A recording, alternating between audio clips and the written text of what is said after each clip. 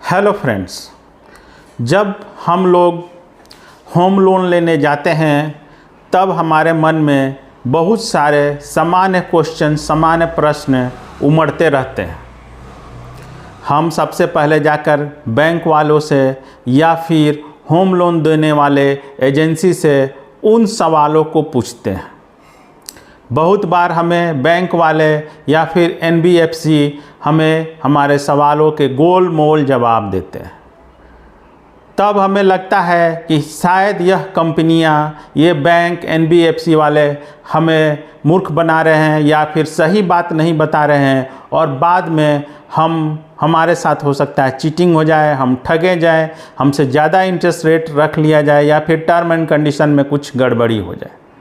तो दोस्तों, आज मैंने ऐसे ही कुछ 10 वैसे चुनिंदा प्रश्नों को छांटा है जो होम लोन लेते समय हमें ज़रूर ध्यान देना चाहिए, ज़रूर कोशिश करना चाहिए कि जहां से हम होम लोन ले रहे हैं इन प्रश्नों को पूछें और अपनी संतुष्टि करें।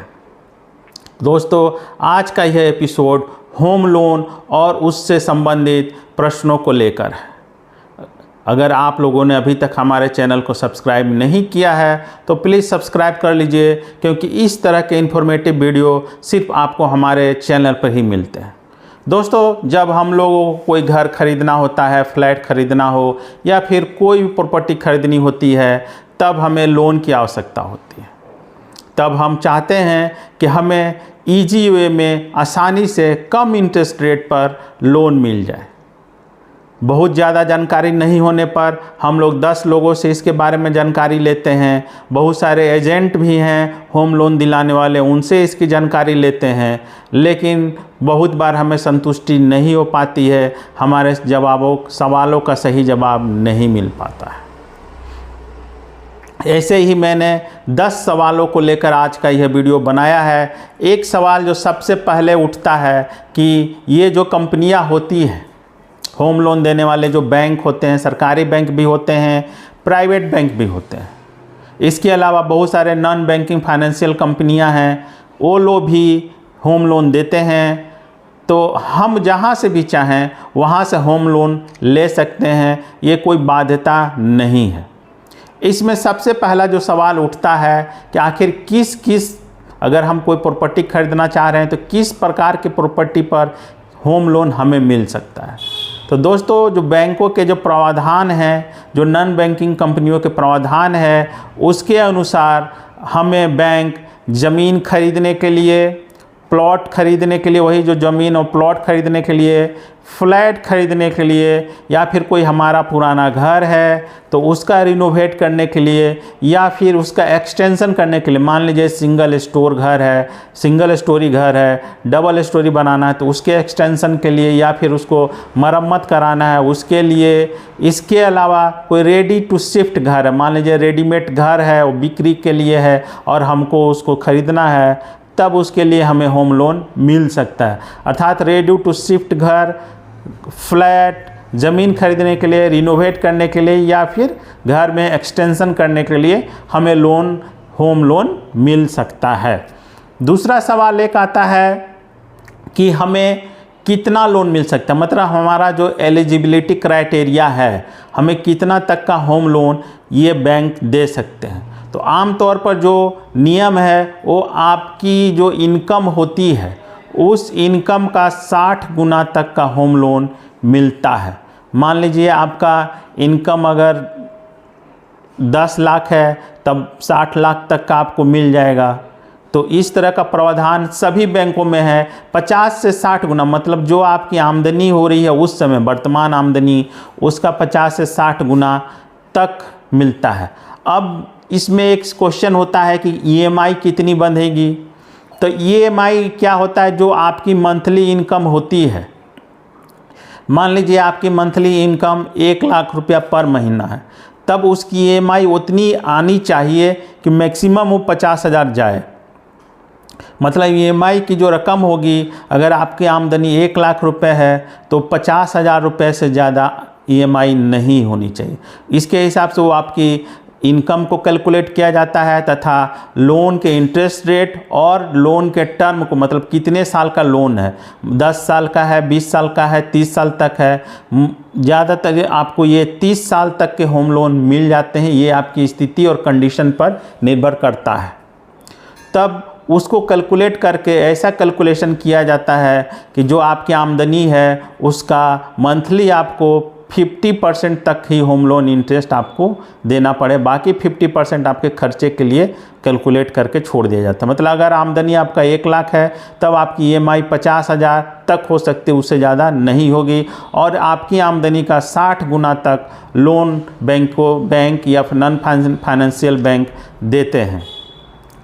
अब एक सवाल आता है सिबिल स्कोर का, जो क्रेडिट स्कोर हम लोग बोलते हैं, कि बहुत सारे लोग बोलते हैं क्या होम लोन में, जबकि हम लोग मॉर्गेज लोन ले रहे हैं, तो क्या इसके लिए भी सिबिल स्कोर ज़रूरी है?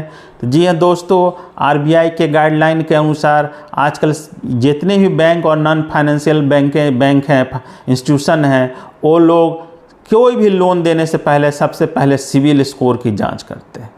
होम लोन में क्या है कि अगर आपका सिबिल स्कोर 750 से ज़्यादा है तब आपको अमूमन जो रेट चलता है, जैसे 7%, 8%, 9% का जो रेट चल रहा है, सभी बैंकों का अलग अलग थोड़ा बहुत ऊपर नीचे रहता है, तो 7 से लेकर 9% के बीच नॉर्मल रेट है। अगर सिबिल स्कोर आपका 750 के ऊपर है तब आपको इस रेट पर मिल जाएंगे, और अगर सिबिल स्कोर 700 से नीचे है तब आपको इंटरेस्ट रेट ज़्यादा चुकाना पड़ेगा, जो 12% तक हो सकता है, 14% तक हो सकता है। तो सिबिल स्कोर से आपके लोन को प्रभावित करने की पूरी क्षमता होती है। एक क्वेश्चन इसमें आता है कि जो लोन हम लोग ले रहे हैं, होम लोन ले, उसको फिक्स इंटरेस्ट रेट पर ले या फिर फ्लोटिंग इंटरेस्ट रेट पर।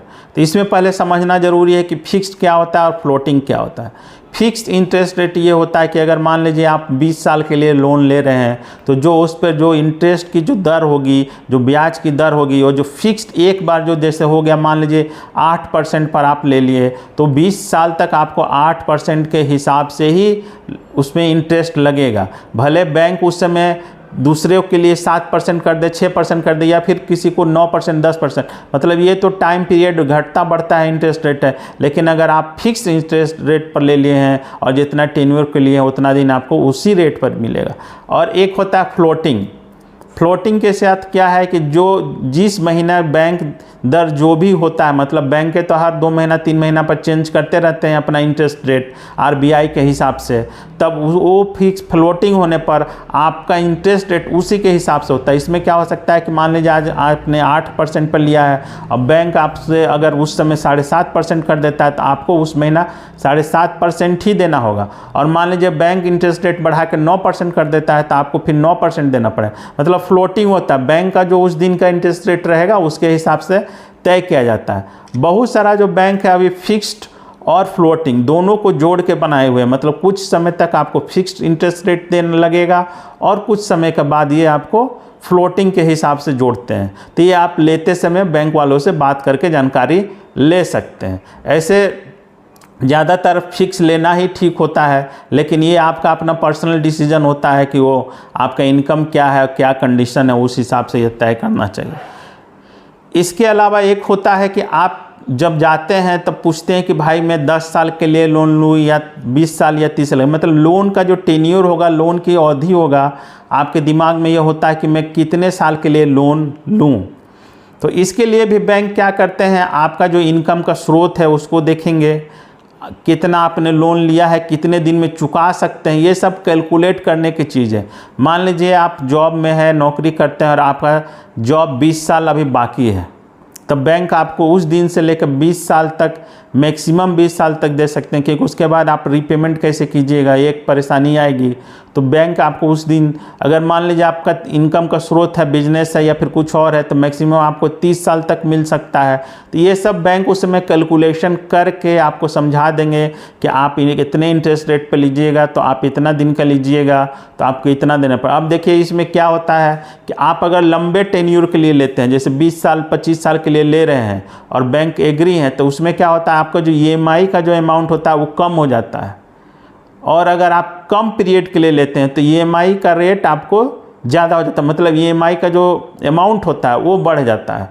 तो ये आपको सेलेक्ट करना है कि आपको जो ईएमआई सूट कर रहा है, वो आपका जो जितना लोन ले रहे हैं उसकी ईएमआई जो आ रही है वो आपको सूट कर रही है कि नहीं कर रही है, उसके हिसाब से कंपनी कैलकुलेट करेगी, बैंक कैलकुलेट करेंगे, आप अपना कैलकुलेशन करेंगे कि 10 लाख पर मैं 5 साल के लिए लूँगा तो उसकी ईएमआई मैं चुका पाऊँगा कि नहीं पाऊँगा। तो ये सब कैलकुलेशन का चीज़ है, ठीक है। तो ये टेन्योर होता है, वो आपके इनकम और आप कितना दिन आपका जॉब है, सर्विस है, उसके हिसाब से तय किया जाता है, ये कैलकुलेशन किया जाता है। नॉर्मली यह 10 साल से लेकर 20 साल तक नॉर्मली ऐसा चलता है। अब बहुत सारा जगह अब एक सवाल आता है कि जब हम होम लोन लेने जाते हैं तब प्रोसेसिंग शुल्क, प्रोसेसिंग फ़ी जो होता है वो कितना लगता है। तो इसमें सभी का अलग अलग है। कभी कभी ऑफ़र आता है, इसमें क्या होता है कि 0 प्रोसेसिंग फ़ी पर भी हमें होम लोन मिल जाता है। लेकिन नॉर्मली जो केसेस होते हैं उसमें आपको जो लोन अमाउंट हमारा होता है उसका 0.5% से लेकर 2.5% तक का प्रोसेसिंग फ़ी लगता है। ये अलग अलग बैंकों पर है, अलग अलग कंपनियों पर है। सरकारी बैंकों का अलग रेट है, प्राइवेट बैंकों का अलग रेट है, नॉन फाइनेंशियल बैंकों का अलग है। तो ये लेकिन 0.5 से लेकर 2.5% के बीच ही रहता है। इसके अलावा एक होता है कि अगर हम लोग प्री पेमेंट कर देते हैं, मतलब मान लीजिए कि हमारा टेन्योर 20 साल का है, ठीक है, और हमारे पास जो किसी कारण से हमारे पास 10 साल में ही मान लीजिए हो गया, पैसा हो गया कि 10 साल में है मेरे पास पैसा आ गया और हम चुकाना चाहते हैं, तब आप लोन लेते समय ही ये इस बात को कंपनी से क्लियर कर लें कि भैया अगर हम प्री पेमेंट करेंगे तो हमें क्या पेनाल्टी देना पड़ेगा, हमें कितना एक्स्ट्रा पैसा देना पड़ेगा, क्या फ़ाइन लगेगा। तो ये सब डिस्कशन आप बैंक में जब लोन लेने से पहले जाकर क्लियर कर लें। इसको प्री पेमेंट के लिए हम लोग बोलते हैं, प्री पेमेंट शुल्क या प्री पेमेंट पेनाल्टी इसको बोलते हैं। इसकी जानकारी आप लोन लेने से पहले ज़रूर कर लें। इसके अलावा होता है कि आजकल तो क्या है कि हर चीज़ में बिजनेस घुस गया है। बहुत सारा, जैसे एसबीआई, चाहे कोई भी बैंक, एसबीआई छोड़िए, चाहे कोई भी बैंक आप कहीं जाएंगे होम लोन लेने जाएंगे तो होम लोन आदमी क्यों लेता है? जब उसको ज़रूरत होता है। बैंक भी समझता है कि होम लोन की ज़रूरत होने पर ही हम लोग लेते हैं, और होम लोन सबकी नेसेसिटी है, घर खरीदना आज के समय में सबकी नेसेसिटी है। तब बहुत बार क्या होता है, ये बैंक हमारी कमजोरी और हमारी आवश्यकता को समझते हुए कभी कभी क्या करते हैं कि अपने कुछ प्रोडक्ट, जैसे इंश्योरेंस बेच दिए, हमारा लाइफ इंश्योरेंस बेच दिए, या फिर गाड़ी इंश्योरेंस, जनरल इंश्योरेंस बेच दिए, मतलब किसी भी तरह, या फिर बोलेंगे एफडी कर दीजिए। तो इस तरह का आप पता कर लीजिए। अगर लोन लेने जा रहे हैं, होम लोन लेने जा रहे हैं, तो क्या होता है कि जो बैंक होते हैं बोलेंगे कि हमारा ये एक प्रोडक्ट है, आप इस प्रोडक्ट को खरीद लीजिए, तब हम आपका लोन को देंगे या फिर इस इंटरेस्ट रेट पर आपको देंगे। तो इस तरह ये सब जानकारी ले लेनी चाहिए कि होम लोन लेने जा रहे हैं तो क्या इसके साथ हमें कोई और प्रोडक्ट बैंक का लेना पड़ेगा, बाकायदा इंश्योरेंस हो गया, कुछ भी मतलब लेना पड़ेगा। इस तरह की जानकारी ज़रूर ले लेनी चाहिए। इसके अलावा होता है कि बहुत बार क्या होता है कि हमारी आमदनी कम होती है, हमारी सिंगल की, और हमें लोन की आवश्यकता ज़्यादा पड़ती है। तब एक ऑप्शन ये होता है कि हम सह आवेदक जोड़ दें, मतलब अपने साथ एक आवेदक को उसमें जोड़ दें, इंक्लूड कर दें। अब ये सवाल होता है कि हमारे साथ सह आवेदक कौन सा हो सकता है। तो हमारे साथ सह आवेदक अगर हमारे पिता हैं, तब अगर हम अनमेरिड हैं तब अपने पिता अपने बेटे के साथ, जो अनमेरिड बेटा है, उसको अपने साथ सह आवेदक बना सकता है, या फिर हस्बैंड वाइफ सह आवेदक हो सकते हैं, या फिर दो भाई सह आवेदक हो सकते हैं। ऐसे में क्या होता है कि दोनों की आमदनी को जोड़ दिया जाता है, दोनों की आमदनी को जोड़ के लोन अमाउंट कैलकुलेट किया जाता है। तो इसमें क्या होता है कि लोन अमाउंट बढ़ जाता है, क्योंकि दोनों की आमदनी बढ़ जाएगी तो इससे लोन अमाउंट बढ़ जाएगा। तो इसलिए अगर आपको लगता है कि आप लोग 2 आदमी मिलकर लेना चाहते हैं तो सह आवेदक मिलकर लोन को ले सकते हैं। इसके बाद एक सवाल आता है कि ज़रूरी डॉक्यूमेंट्स क्या क्या लगते हैं। ये सबसे बड़ा सवाल होता है। जब हम लोग लोन लेने जाते हैं तो हमारे दिमाग में यही होता है कि भाई बैंक वाले क्या क्या डॉक्यूमेंट मांगेंगे।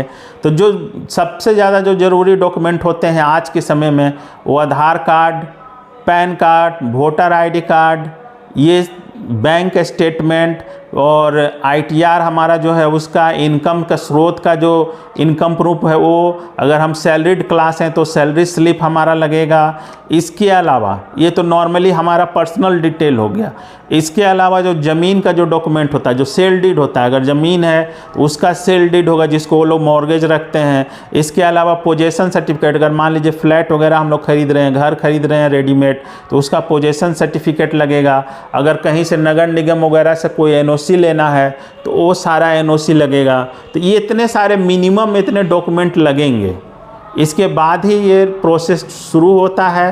प्रोसेस शुरू होने में पहले हमारा प्रोसेसिंग फ़ी लगेगा, जिसको जमा करने के बाद क्या हो गया कि बैंक के अधिकारी वो अपना लीगल के लिए लीगल टीम के पास आपकी फ़ाइल को भेजेंगे। वहाँ से अगर NOC मिल गया, लीगल उसमें लीगल रिपोर्ट लगेगा। उसके बाद क्या, वैल्यूअर आएगा जो आपकी प्रॉपर्टी का वैल्यूएशन करेगा, तो आपका इनकम का टोटल वैल्यूएशन होगा। तो ये सारा कुछ करते करते आपको 15 दिन, 1 महीना, 2 महीना, 3 महीना तक लग जाता है। इतने दिन के बाद आपको जाके लोन पास होता है। तो दोस्तों, मैंने संक्षेप रूप में आपको बताने का ऐसे कॉमन सवालों को लेकर आज मैंने बात की जो जनरली हर होम लोन लेने वाला सोचता है या फिर पूछता है, और मैंने एकदम सब कुछ खोल के ओपनली बता दिया है। अगर इसके अलावा भी आपको कोई क्वेश्चन हो, इसके अलावा कोई दूसरे प्रश्न हो या फिर कुछ कन्फ्यूज़न हो, कोई क्वेरीज हो, तब आप कमेंट करके पूछ सकते हैं। धन्यवाद दोस्तों।